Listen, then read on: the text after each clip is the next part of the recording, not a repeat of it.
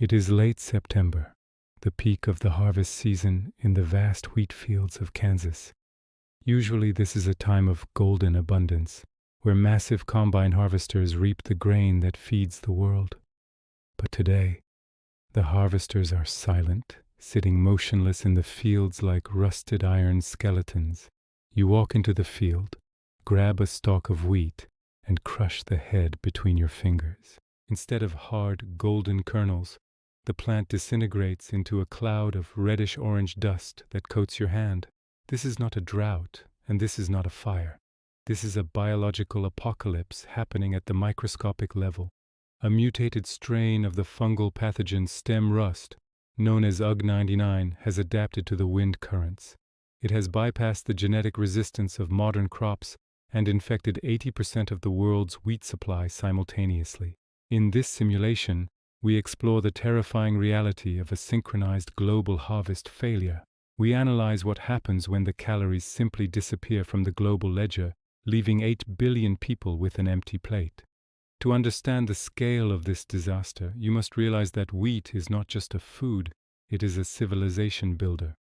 Wheat provides 20% of all calories and proteins consumed by the human race every single day. Let's enter this collapse through the eyes of Elias, a senior commodity trader at the Chicago Board of Trade. Elias spends his life betting on the future price of grain, watching weather reports and crop yields on 6 monitors. At 9:30 a.m., the trading floor erupts into absolute chaos as the crop reports from Russia and Ukraine come in. Both nations, which form the breadbasket of Europe, report a total crop failure due to the fast-spreading spores. The price of a bushel of wheat jumps from $8 to $25 in a single hour, triggering a limit-up trading halt. The algorithms that run the global food market freeze because the price is rising faster than the code can calculate. By day 3, the panic moves from the trading floor to the supermarket shelves in every major city. You go to buy a loaf of bread, but the aisle is empty, stripped bare by people who saw the news. You think you can just buy rice or corn instead, but you are forgetting about this substitution effect. When wheat disappears, billions of people switch to rice instantly, causing the price of rice to triple overnight. Elias watches as the futures market for rice and corn enters a vertical spike driven by pure fear. Developing nations, which spend 50% of their income on food, are priced out of existence within 72 hours. By day 7, the governments of major exporting nations like India and Argentina announce a total ban on food exports. They declare food sovereignty, locking their borders to keep their own populations from starving, condemning import-dependent nations to death. This is the end of the global food trade. Ships carrying grain are turned around by Navy destroyers in the middle of the ocean. Egypt, which imports 60% of its wheat to make subsidized bread for its poor, faces immediate revolution. You turn on the news and see riots in Cairo, Jakarta, and Lagos, not for freedom, but for a bag of flour. The Arab Spring was triggered by a small rise in bread prices. This is a global firestorm caused by no bread at all. By day 14, the crisis hits the Western world in a way that most people never expected. The meat aisle. We forget that cows, chickens, and pigs are not just animals. They are machines that convert grain into protein. With grain prices soaring, farmers cannot afford to feed their livestock, so they begin a massive emergency cull.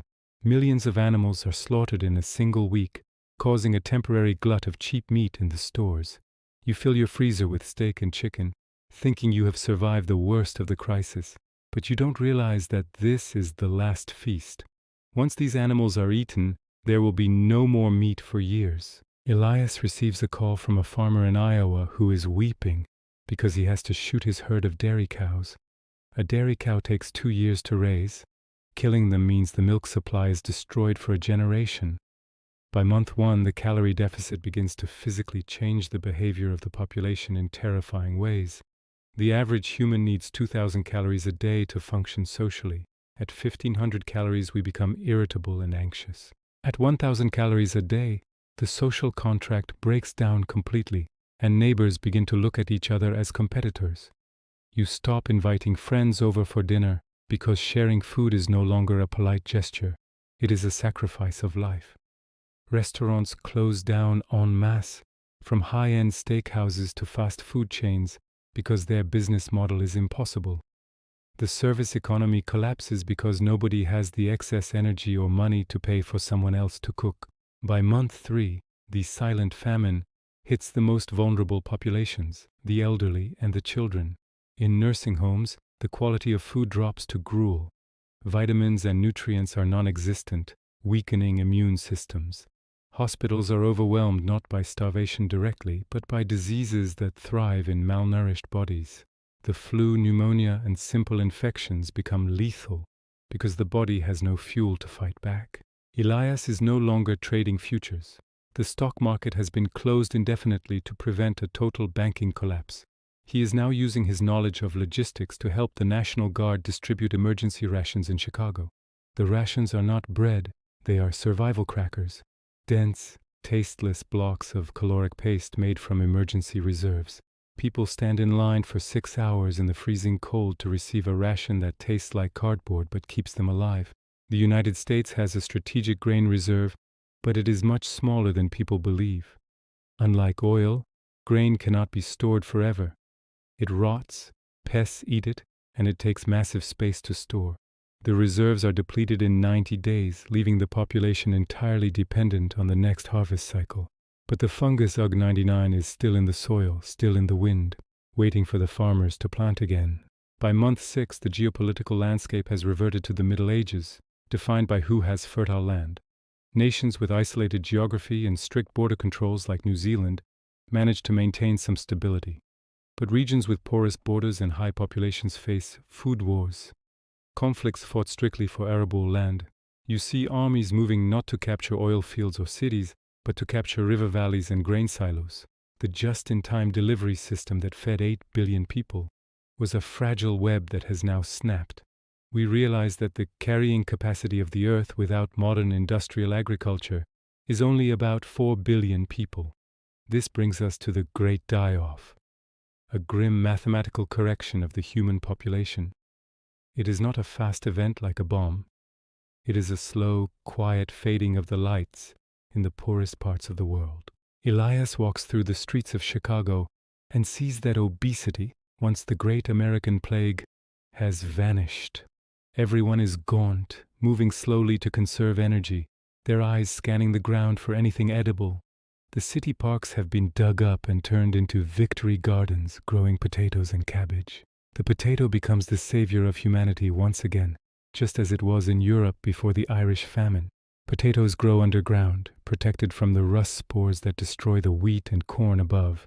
Families guard their small plots of potatoes with shotguns, taking shifts at night to prevent theft. By year 1, the psychological trauma of food insecurity has permanently rewired the human brain. Even those who have enough to eat are obsessed with hoarding, unable to throw away a single crumb. The abundance mindset of the 20th century, where we threw away 40% of our food, is looked back on as madness. Grandparents tell children stories about all-you-can-eat buffets, and the children think they are fairy tales. Scientists race to use CRISPR gene editing technology to create a new strain of wheat that is resistant to the fungus. But biology is slow. Testing a new crop takes seasons, and the world does not have seasons to wait. The global seed vault in Svalbard, Norway, the Doomsday Vault, becomes the most important building on Earth. An elite team is sent to the Arctic to retrieve ancient heritage strains of wheat that might have natural immunity. They treat the seeds like diamonds, transporting them in armored convoys to secure underground laboratories. This is the Manhattan Project of agriculture, where the smartest minds fight against a microscopic enemy. By year 2, a limited harvest of the new genetically modified rescue wheat is successful in isolated biodomes, but the yield is low, and the grain is strictly rationed for seed stock, not for eating. The world population has dropped by 15%, a tragedy that exceeds every war in human history combined. The survivors are harder, leaner, and more connected to the physical reality of the earth. We learned that economy is just a fancy word for energy, and the most basic form of energy is a calorie. You cannot eat Bitcoin, you cannot eat gold, you cannot eat a stock portfolio. The collapse of the wheat harvest forced us to respect the farmer more than the banker. The man who knows how to grow food is now the highest status member of the community. Elias has left the city. He is now working on a communal farm in rural Illinois. He spends his days with his hands in the dirt, planting tubers, feeling the weight of real survival. He realizes that for decades he moved numbers on a screen that represented millions of tons of ghost grain. Now he holds a single potato in his hand, and he understands its value more than $1 million. The global famine was not just a biological disaster, it was a crisis of hubris. We bet our lives on a monoculture, planting the same genetic strain of wheat across the entire planet.